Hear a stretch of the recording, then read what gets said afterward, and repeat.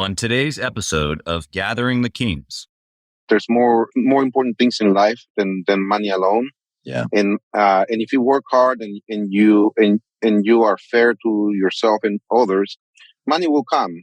Money will come. So I realized that the best value I could provide to my family, my wife and my kids is time.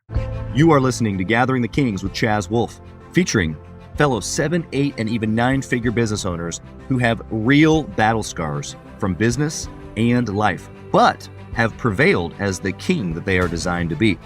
We welcome high-performing entrepreneurs to the stage in order to reveal the real of the real on what it takes to build a successful business today. We dissect the good and bad decisions they've made along the way that give a true and accurate picture of the journey of success and how you too can get there. Through this dialogue, you will learn the value of growing your network and surrounding yourself with power players and kings like today's guest. Grab your pen and notebook because we're about to dive in. What's up, everybody? Chaz Wolfe. Today's show has Al Foronda. He's a commercial real estate guy turned residential, but really his story about 3 things mostly: faith, family, and blessing. And he describes how not only in the journey of getting to 7 and multiple 7 figures, but now even at that level, how those things play into building a team and protecting your family along the way. So such a great show. Cannot wait for you guys to hear. Get ready to jump in. Here it comes at you. All right, everybody. Chaz Wolfe, Gathering the Kings. Al Foronda, what's up, dude? Welcome to the King stage. How are you today? Great. How are you? I'm good, man. I appreciate you being here. I was just saying right before we got cut off there, that I love working with construction guys because you've got your mobile office there. You're in the truck today, right? Yes, sir. Mobile podcast, the mobile man, office, right? And yeah, the mobile podcast, the mobile sleep pod when needed. I don't know, whatever is required. That's right. Well, that's kind of a little nugget in itself, right? You got to do whatever it takes. Yes, sir. That's right. Well, good. Well, tell the listeners what kind of business you have. Obviously, you're in construction, but tell us what kind of business you have. So I have a construction company that I started from nothing really. It's I have the construction company, and now I'm pivoting into real estate investment and utilizing my construction company as a vehicle for it. Yeah. So it's I'm in the middle of that process right now. Very good. And I was looking at some of your stuff, as far as like construction projects. You guys will do everything from a new home all the way down to a major remodel, kitchen, floor, like the whole deal. You guys do everything, right? Yes, sir. And main focus has been commercial and industrial construction. Yeah. And the last couple of years, we started to shift into residential also. Yeah, it's funny on our call off air, we talked about that a little bit, how you've been so used to the commercial size projects and economies of scale and machinery even. And it's all different in the residential world, right? Extremely different for me, yes. 1,000 moving parts in a tiny space where I have typically a huge space with less parts to move on. That's right. Well, and what we're talking about is pivoting, right? And so as an entrepreneur, you've had to pivot due to the market and even more so now even into real estate on the investing side. So I'm excited to chat with you about that. So I know you got a big team and you've been doing this for a while and you're used to some big numbers like you talked about. But at this stage in the game, my first question is always the same. What motivates you or what keeps you driven at this point? You have obviously reached the elusive, million plus several times over, but what keeps you pushing at this moment in the game? 2 things: my family and my faith. Ooh, I love both of those. I feel that it is a duty to my family, and it's also a duty to God. In my faith is because I feel that we have a call to be ethical entrepreneurs. Yeah, that would be my shortest answer to that. I love it. Well, we don't need a short answer, Al. We need the real one. And I'm loving what you've given so far. The family side of it. Tell me just a little bit about that. Both of those answers resonate with me personally, and I'm sure resonate with with a lot of our listeners. And so why do you feel like at this stage, like, okay, so I think a lot of people may even say that you've already done your duty to your family. You've already provided, you've got the money, you've got the business, right? They probably live in a pretty nice place. They probably go to a pretty nice school. You obviously drive a pretty nice truck. For all intents and purposes, you've made it. But why is it still your obligation or your duty to your family? Actually, things start shifting down the road. In the beginning, it's all about that, providing financial security to your family and everything. But down the road, you start realizing that that there's more important things in life than money alone. Yeah. And if you work hard and you are fair to yourself and others, money will come. Money will come. So I realized that the best value I could provide to my family, my wife and my kids is time. Yeah. So for that, that gives me an overdrive to actually get the motivation I need to say, well, it's worth it. It's worth it because I have all the blessings a lot more blessings than I ever thought I could. Sure. And but now, and I also do have the freedom, the freedom to spend more time with my family and my kids, and travel and do a lot of things with them. And it feels like that's where I put the value the most for my family is the time we spend together. Yeah. And in order for me to be able to continue that, I have to make sure that that the financial part it's working. It's a well-oiled machine that keeps on running when I'm not there. 100%. I love that answer. There's so many good nuggets in the midst of what you just said. It's really, I position this piece, as we talk about people transitioning from the warrior stage, for lack of better purposes, the six-figure stage of the business, and then the king stage, kind of 7 figures and beyond. But it's really what you're talking about is at some point, influence, or in this case, time with your family becomes the motivating factor. And so for the guy that's listening right now, who he's chasing his tail, right? You remember before the machine was well oiled. And he's chasing his tail and he's like, oh yeah, Al's talking about spending time with his family and such. It's like, must be nice. But what would you tell that guy? Because you and I both were there at one point and chasing our tail and thinking that, spending time with our family was just like the elusive light at the end of the tunnel. What would you say to that guy now, looking back, when this is such an important piece for you now? Invest time in training the people around you, hiring key people to handle the parts that you typically handle on your own. Yeah, and start phasing it out in a way that you are hiring people that are firing you. Yeah, 100%. And that's a unique conundrum that we could probably spend a whole podcast on just in itself about hiring people that fire you. I love the way that you said that because I have team members that literally will tell me, Chaz, stop. Like you go over there, you do you, and this is my area now. And it's just so awesome when you hire those key individuals like you're talking about and they boot you out. They say, no more. You get out of here. And that's a really cool feeling. So that's cool. Now let's flip over real quick here. Let's get over to the faith part because that's a huge piece of it, obviously, as well, like you said. And so at this stage of the game, being an ethical entrepreneur is what you said. Give us some more there. Like why is that so motivating or such a driving factor for you now? If we go a little bit to somewhat the beginning of the whole thing is that I was born and raised atheist, and I was uneducated atheist at least. Sure. It's someone that understood the points of that, and it's not the typical person that says they're atheist, but they still talk bad against something that they don't believe exists. So it kind of doesn't make sense. Their own way of thoughts don't make sense. Yeah. So I went through a lot of issues in my life, and little by little they started pushing me into looking at, well, what if he does exist? So I did come to a couple of times in my life, at a couple of points in my life, that is, I did reach out to him and said, well, if you do exist, let me know. Yeah. I need to know. Let your boy know. Yeah, it's not an easy decision to make, and and someone has been brought up to all this logical thinking, and Sure. and if I don't see it, I don't believe it, and things like that. Yeah.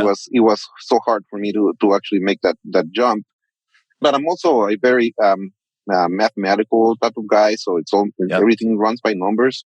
Yep. And my own numbers made sense at the time when I started running my own numbers as far as what do I lose, what do I gain, what's possibilities. It's if I pull the plug on going in this direction, then that means I have to stop doing the things that I enjoy, because I know that would not go hand in hand with a new belief. Sure. What do I lose on that, and what do I gain? So it's like, okay, I lose the fun, the so-called fun, Yeah. but I gain the piece of not having to be worried about what happens, what comes with that fun. Yeah. The Yeah. consequences of having that liberal fun that I was having. Yeah. Yeah. And I finally made the decision to go for it.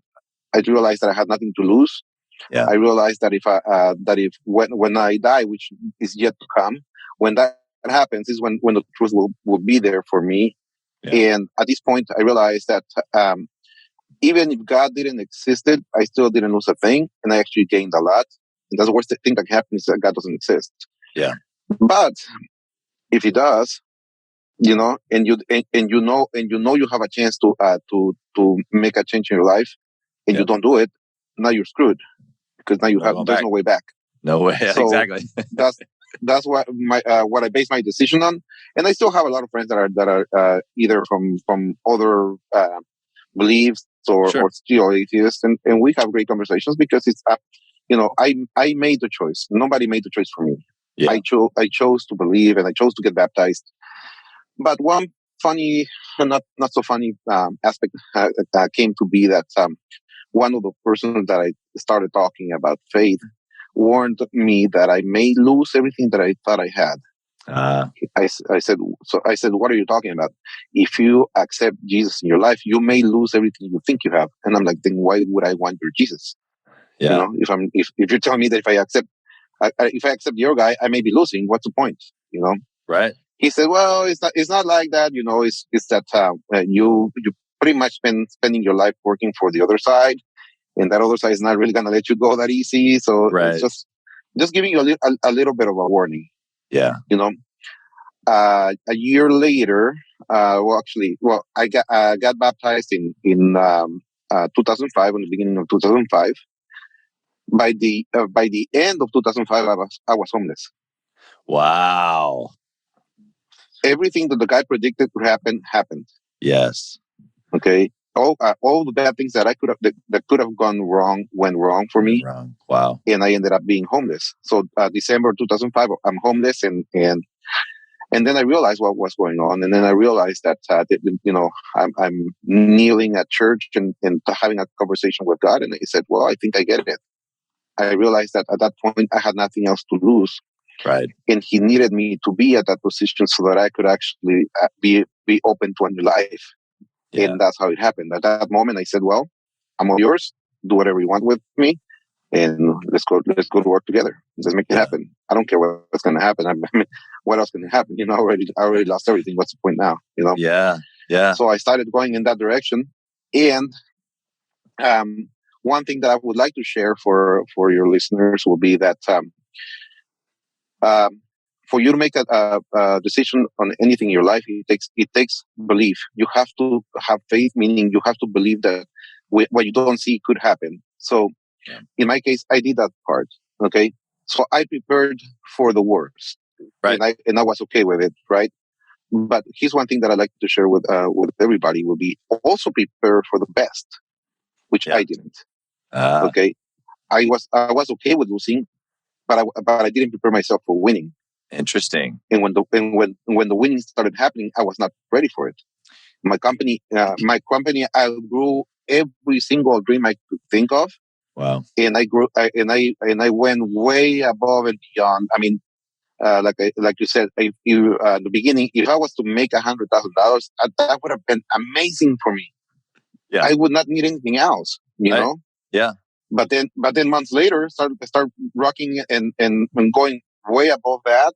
Yeah. And then within a couple of years, already hitting over $1 million, and I wasn't ready for it. Yeah. And that's what the one thing that I would really love to share with the world is, just like we are willing to put ourselves down and to believe that the bad crap can happen. We also need to be ready and believe that good things can happen, and we should be ready for it. Yeah. I love that. And that's the one thing. That's the one thing that happened to me. I was not prepared for it, and it caught me off guard, and all kinds of bad things happened. So being caught off guard by the winning, did you feel like some of the wave, let's just say, of the winning, that maybe you missed some of the wave because you weren't prepared? Could it have been better if you had been ready? Oh yeah. I mean, it's to me, it's like I feel that it's just part of God's plan ultimately, because that's the whole point of giving your whole self to Him. Right. Is that He allows you to go through all that crap so that you can actually get to see the road a little bit more clear. Yeah. Okay. Yeah, it's about perception. Exactly. And in my case, on the human side, I would say yes. I could be making a lot more if I was ready for it. Sure. Because I wasn't. That means that I was carrying all the hats. Okay. Right. And I was everything. I was everyone. I was the main guy. I was the big shot. But I was also the worker. I was also the delivery guy. I was the accountant. I was everything. Yep. Like every one of us has done it. Okay. Yep. The point is that I'm growing and growing and growing, and the contracts start getting bigger and bigger and bigger, and I don't educate myself on what's next. Looking looking to set yourself with a team of professionals that can help you, whether it's attorneys and CPAs and things like that. I didn't even know that. Right. Okay. I didn't even pay attention to that, and by the time I start realizing it's because I'm getting hit with some really, really hard hitting surprises that come with money. Yeah. When money comes, a lot of people are also after your money too. Yeah, you've given us a lot to chew on so far. I want to do a quick recap here before we move back to maybe a little bit more of your history. Sorry. No, it's so good. I love doing the recap. So for the listener right now, you got your pen and your paper out. Really, what Al's talking about is a couple different things. Number one, he talked about his family and faith being the foundation of really everything, but specifically for the push. And I would second those things, saying that when you're in the grind, when you're in the warrior stage, you can say that it's for your family, but you know as well as I know that you're out there grinding because you're in survival mode. You're just trying to put something together for something in the future. And yes, your faith and your family are attached to that, but eventually at some point, like Al said, it's now becoming, how do I give back to my family, my time, my efforts, my resources, all that fun stuff. And even your community, your church, the group that you're a part of, your local city, all that fun stuff. And that's really as you start to step into the king stage of the business.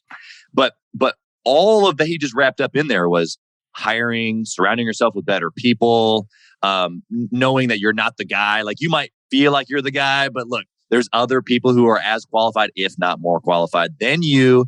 And you need to go find them because they want to be on your team. And so, man, he just gave us so much good stuff in that short little bit. But take us back, Al. Take us back to how business started for you. Where did entrepreneurship start for you? Like, was it how you were raised? What did you just start, contracting because you had to? Like, give us the juice at the beginning. So I did. I actually did construction for my family in California. We have successful businesses in California, like the chain of restaurants and construction and real estate investment and all of that. Yes, we do. But I to date, I don't get a penny of anything. We all earn it.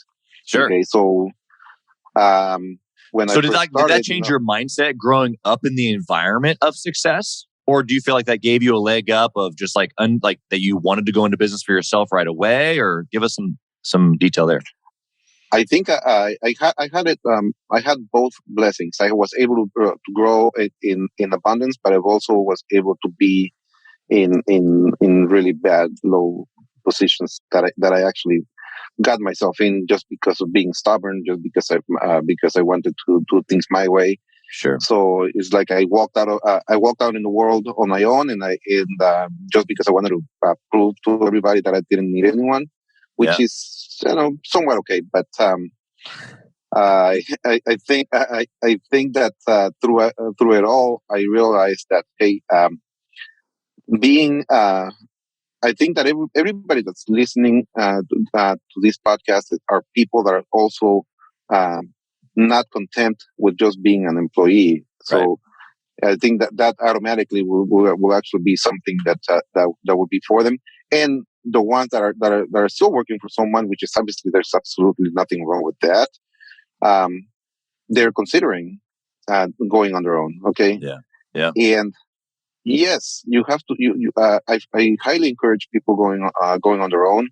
But the most important part to me, I feel like it's doing the same thing that the guy did for me years ago when he said, "You may lose everything you think you have." Yeah. Okay. Yeah. If you're aware of that, then go for it, because now you're ready. You gotta be ready for losing everything you think you have. Yeah. And then once again, the next part that he didn't say was also be ready to gain way more than you think you could ever gain. Exactly. Yeah, I love that. It makes me actually think of when I bought my first franchise. I had been looking for businesses to buy probably 18 months, maybe even close to 2 years. I had a close buddy of mine. I was looking at buying my first edible arrangements franchise, and obviously edible arrangements is fruit baskets and gifts and treats and stuff. And he goes, "What happens? What happens if people stop buying fruit or basically your product?" And I'm like, "Well, I guess I'd go back and get a job and pay it off, and I'd probably do it again afterwards." What you're saying is that you got to be willing to lose it all, which I 100% agree with.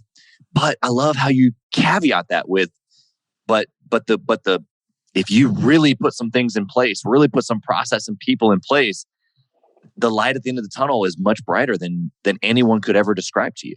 Or if they do describe it to you, it feels like it's so too good to be true, right? But you're saying it's not too good to be true. It's really there, but it takes certain things to get there. So it's a perfect transition to my show, Al. You set me up, bro. All right. Let's talk about some good and bad decisions along the way that you've made that these guys and gals can write down and put in their own business. And so I love this part because I'm so big on decisions. Like, decision making is everything, right? And you've already said that you're calculated and you're mathematical and you're logic. So I already know that we align on so many different things. But tell me about a bad decision that you made along the way that just sticks out as like, the listener shouldn't do this.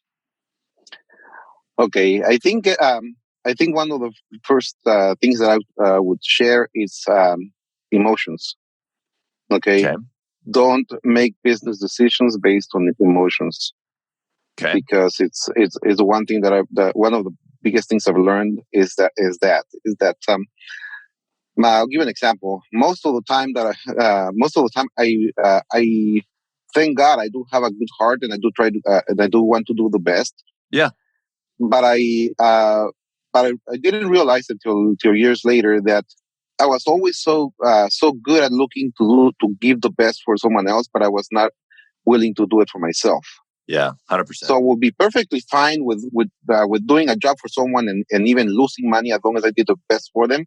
Right. But I was not okay with doing a great job and making a great amount of money for me too. Yeah. It's like I was not so in tune with that. Okay? Yeah, no self-value, really. I wanted to be fair to others, but I didn't realize that in order for me to be fair to others, I had to be fair to myself first. Yeah. Okay. And the point is that through it all, getting emotional about anything that we do in business, but at least in my case, is what's gotten me to the most trouble. One of the things I would tell you is that one of the emotions is to make a clearer point of what I mean is that when you're hungry, okay, you're hungry.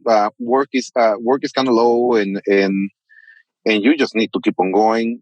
Okay, you don't realize it, but you're willing to take anything that's thrown at you. Yeah. And even though you know that the numbers may not work, somehow you make up in your mind that some magical thing is going to happen, and that you will make it work. Okay. Yeah. And then you end up getting the work anyway, obviously, because you're screwing yourself along the way. Yeah. It's not the people. Obviously, there's a lot of people out there trying to screw you, but in my case, that's not really all that it's about. It's about myself screwing myself. Yeah. It's that you're hungry, you're willing to take on anything, and sometimes you just sell yourself short just because you're wanting so desperately to keep going. Yep. And then realize that in my case, especially, is that when you're remodeling a bathroom or a kitchen or something like that, you're in for a few $1,000s, okay, that you could be losing, okay. But when we're talking about a commercial building that's a few $100,000, right, and you're making that type of mistakes, then your risks of losing are in the hundreds of $1,000s too. Yeah, much larger. Okay, more zeros. It's yes. So that's what's happened to me, and I got I got emotional, and the emotions took the best of me, and made decisions that I knew were not the right thing to do. Yeah. But I was just hoping for the magical thing that would make it happen, and it didn't. Yep. And made my situation worse, because now, yes, we've been working. No, we're not making money, and now I'm actually not only working for free, but I'm actually paying to work. Now I'm in debt to be able to just continue to work. So many things here. I'm gonna bullet point them. So, number one, if your pipeline is empty, you will sacrifice yourself, your guys, your value in order to quote unquote stay busy or look busy, or at least think that you're making money. But the real solution there is to keep your pipeline full. And so obviously, having years of business and sales, you and I both can recognize that stage number one is you got to fill the pipeline. you need job after job after job after job after job, and you need so many jobs. Not that you can't, solve them or provide a good product, but you need enough in the pipeline to where you can pick and choose, and you can pick your clients that you want to work for. You don't have to work for everybody, because some clients aren't ones that you want to work with, and some ones that are going to pay more because they value your expertise and your value that comes from you valuing yourself, like you're saying. And then obviously the mistakes down the road then that stem from that hunger, that because I'm in survival mode, I'm making bad choices. I'm taking on clients that I shouldn't. I'm doing jobs. I'm paying them to get the job done just to keep my guys happy. That doesn't work. That does not work. You're shooting yourself in the foot long term. So the solution there for you, like you're saying, is have a self-worth. Number one, understand your value and your expertise. Charge accordingly. Keep the pipeline full. Did I miss anything from that? Not one bit. We're speaking the same language. Okay, let's hop over to the good decision. What decision have you made along the way to seven figures that was just, catastrophic in a good way, like catapult is probably the right word to say. Well, I want to think of a better answer than what I already have in my mind, but I really can't come up with a better answer.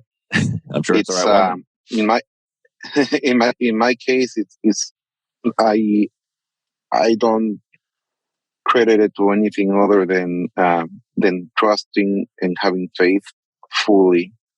Because what happens with that is that when you have that much faith, it's like if I want to put it in a different perspective, is I feel like if I was a little Chihuahua dog that's barking at bigger dogs, but that's because I have a big Rottweiler behind me. Right. And that's kind of how I've done it. It's like I've never felt myself.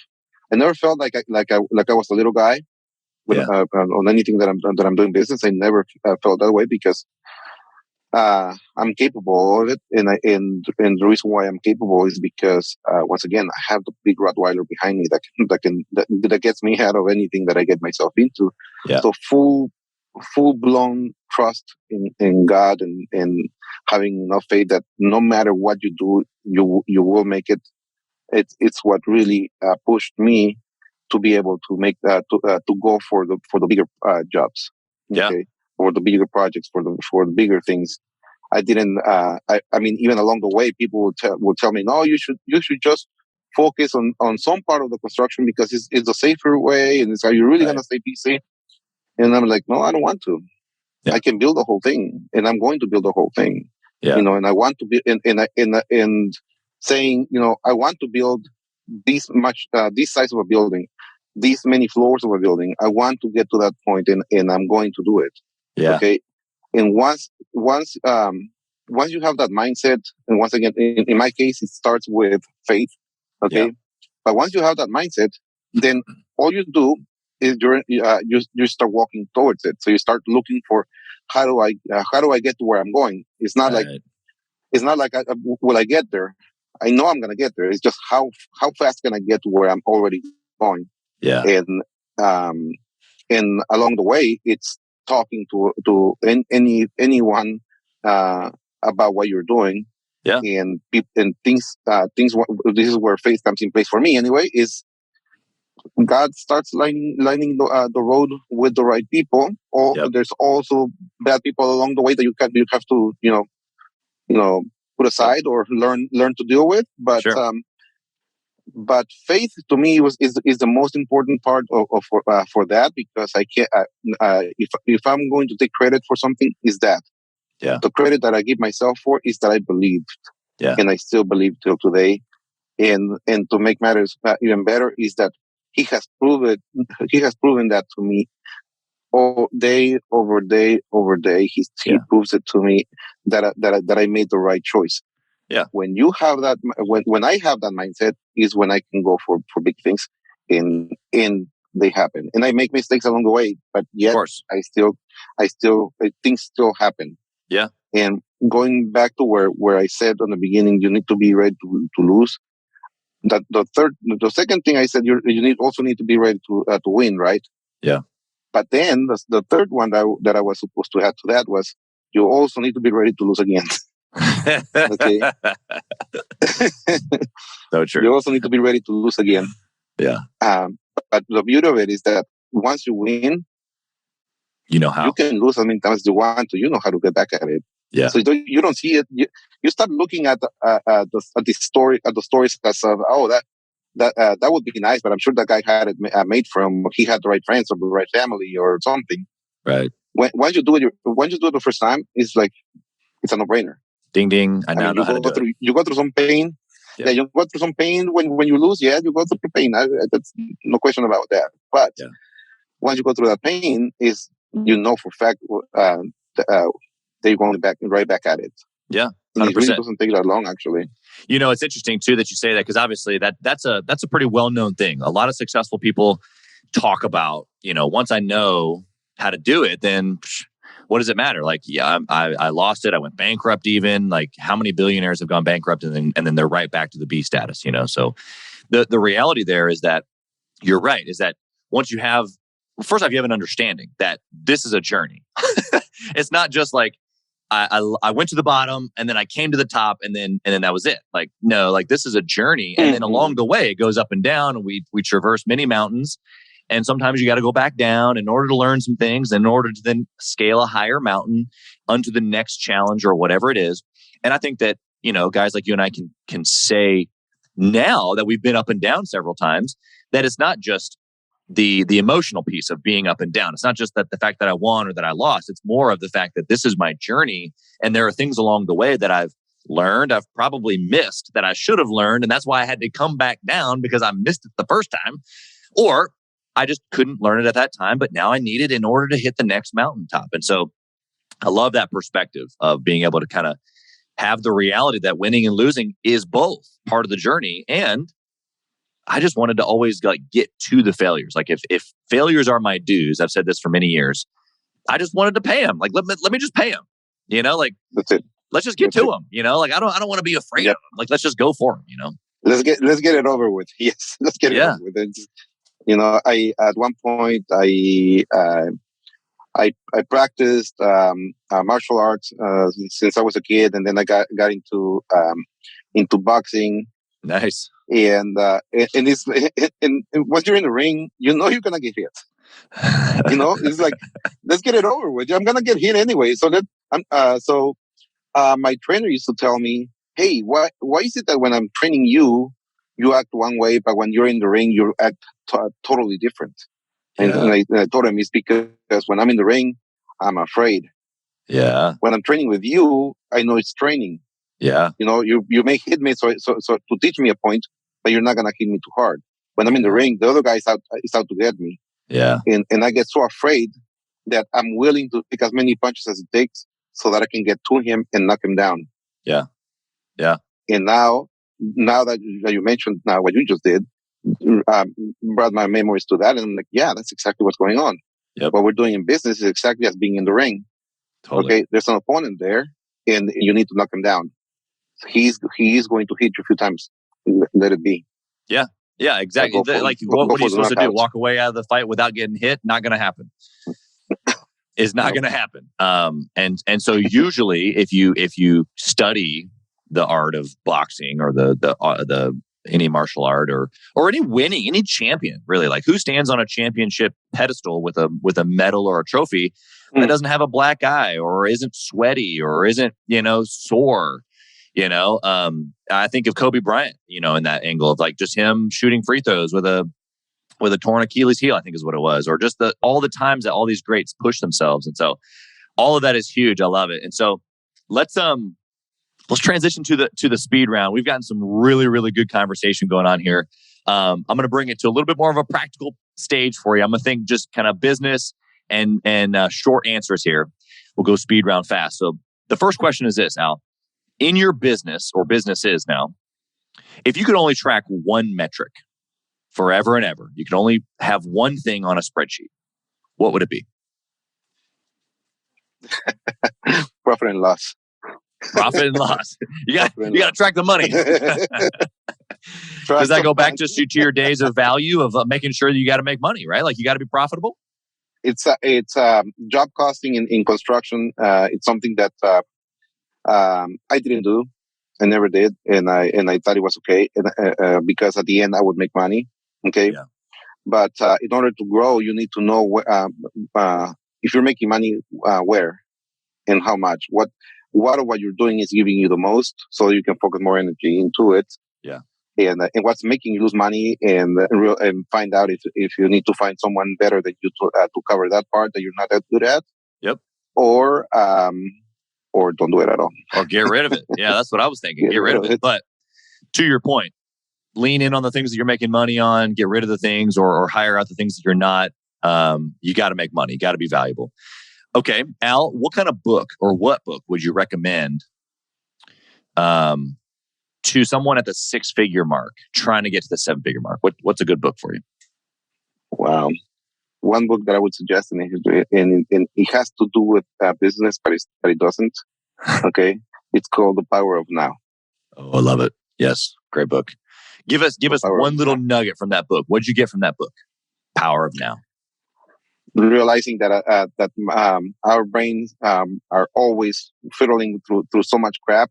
Okay, so what happens is, especially as entrepreneurs, we're dealing.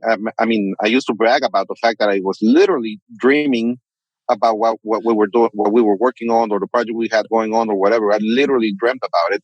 Okay, so that means I never stopped thinking about it. Yeah. Once you start putting into practice, you need to let go of all the crap, be present in the now, and then so I started giving my brain a rest. I am way better at making decisions. Yeah, I love that. Yeah, you got to be here. Let me just pause for a half second for the listener. Not just the book recommendation, but what he just said to you is probably one of the keys that you have to unlock in yourself and then therefore in your business in order to get to a larger scale business. Call it $1 million, call it 10 million, whatever. But you can't have a team, which is what's going to get you to 7 figures. You can't make decisions. You can't hire. You can't get off the job site. You can't make all those decisions if you're constantly chasing your tail, in essence, is what he's saying. So just wanted to add a couple extra pieces of value there for the listener, because that is absolutely one of the keys. Next question here for you, Al. Do you intentionally network or mastermind with other entrepreneurs? Oh, yes. Okay. Tell us in what format. Like, why do you do that? I realized that throughout my entire beginnings, I was it.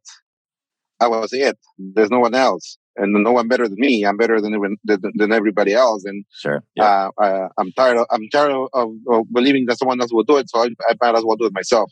That's right. Once you learn that, nope, that's not it. That's not how it works.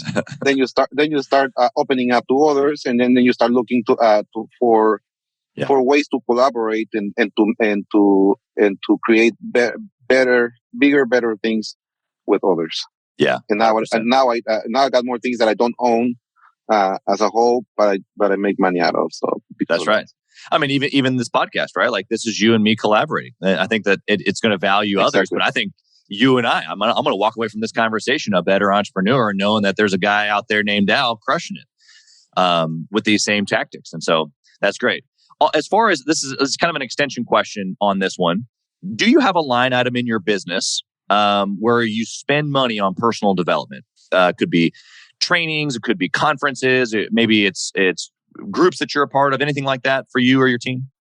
Oh yeah, I do, for myself and for my team. I love it. Definitely. I do invest money in our growth, in my personal growth to begin with, so I can be an example to others. That's and right. And then to the ones that are willing, the ones that are staying. And some of them I have been able to support them enough to where they actually went on and did it on their own. Yeah. Okay.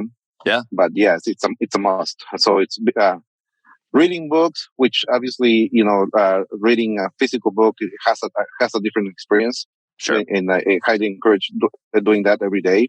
Yeah. But then again, if you're walking, which also you need to at least do some walking every single day outside, no matter how the weather is, and listening to podcasts and audiobooks and things like that, it's also great. Yeah. And then the final part of the equation is definitely when I had a lot of doubts about coaching, business coaching, and things like Sure. that. But it's worth it. Yeah, I'm glad you brought that up. I felt the same way 2 years ago, but I feel like people at the 6-figure mark, I remember back when I was, and it's just like, oh, I hear Al saying that it's important to have these things or even just read books, which is such a small investment, but it's scary, at those times to realize that the impact of personal development, what it can actually bring to you. And then, of course, as you're saying, you bring in other folks, whether it's a business coach or other entrepreneurs that you're connecting with. All of those things take your mindset to a whole nother level, which you just don't know what you don't know. And getting around other people helps you know those things. So I appreciate you sharing on that. Last question. I love this question. It's my favorite. That's why we end with it. Al, if you lost everything, the whole entire thing, what would you do? I'll go at it again. You're just crazy enough to do it again, huh? Oh heck yeah! I got no question about that. As a matter of fact, I see myself as that. Yeah. I don't see myself as having everything again. Yeah. I actually see myself as okay. If you put it in any technical term you want to, okay, we really don't own everything we think we own anyway. That's right. So. You might as well be ready for that. It's not mine anyway. So yeah, mine is the choices. The choices that I make every day, those are mine. Okay, and those I have power of making those.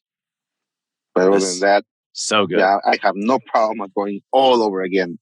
I just see you holding everything with an open hand. I've talked about this with clients for many years, but when you hold on to it tight, man, it just makes it so difficult to grow. But when you hold on to it with an open hand, your fear is that, oh, what if I lose it all? What if I lose, I don't have a grip, right? But to your point, once it can come back just as freely as it came the first time. So thank you so much, Al, for your perspective, your advice, your story. The value that you've given here today. I think the audience has gotten a ton here, but just as a recap here, I'm hearing just that your faith, family, your team, a clarity of mind, peace in your mindset, getting around other entrepreneurs, investing in your team. You're really doing the thing out there, and you're in an industry where so many other contractors, if you want to group everybody together, they can be doing what you're doing, whether it's commercial, residential, the real estate investing side. There's room for growth, especially in today's market. And this is how they're going to grow, is by what you've shared. So thank you for being here. We so appreciate it. How can someone connect with you, Al? If they want to hit your DM up, or they want to get on your website, or how can they find you? Well, I guess one quickest way, I can just give you my email address if you like. Yeah, that'd be great. Yeah. Spell it out for us. It's al@alsconstruction.com. al@alsconstruction.com. Doesn't get any easier. So if you want to connect with Al, hit his inbox up, and he's a king in the construction world. So, dude, I so appreciate you coming here today and podcasting with me from your mobile podcast office. Man, you dropped some nuggets here today, and I can tell that you've been in the king stage for a minute, and that really you're starting to care. No, not starting, but you care about others, and that's really what part of the king stage is that giving back. And so, thank you for giving back to us today. We appreciate it. Thank you so much for everything you do, brother. Absolutely. Thanks for listening to Gathering the Kings. We hope you got a ton of value today and learned a thing or two about taking your business to 7 figures and beyond.